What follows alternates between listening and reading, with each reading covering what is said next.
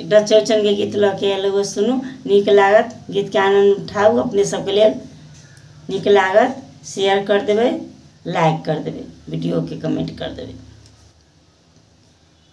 एले चौरचन के शुभ दिन माँ, चौठी चंदा उगथी अंगन माना।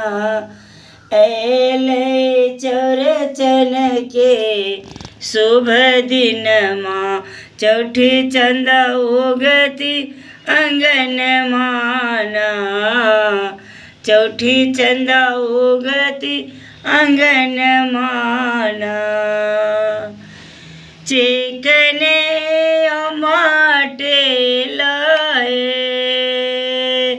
चिकने माटी लाए, अंगना निपावल, सिंदूर पिठालाय अहिपन राखल ना। सिंदूर पिठालाय अहिपन राखल ना।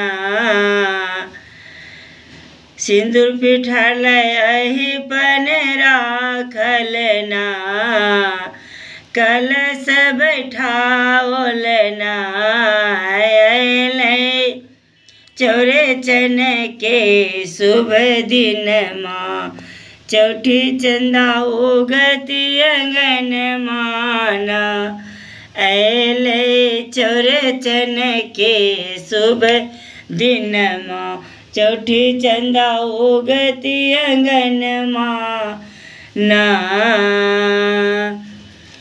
बांस के डाले में फल हम सजाओल, बांस के डाले में फल हम सजाओल। खीर पूरी के नैवेद्य राखल ना। खीर पूरी के नैवेद्य राखल ना। राखल ना। चौमुख दियर जराओल ना। एले चौरचन के शुभ दिन माँ, चौठी चंदा उगथिन अंगन माना। नव साड़ी पहेरे, नव नव साड़ी पहेरे, अर्घ्य देवन सब मिली दर्शन करबन ना। सब मिली दर्शन करबना।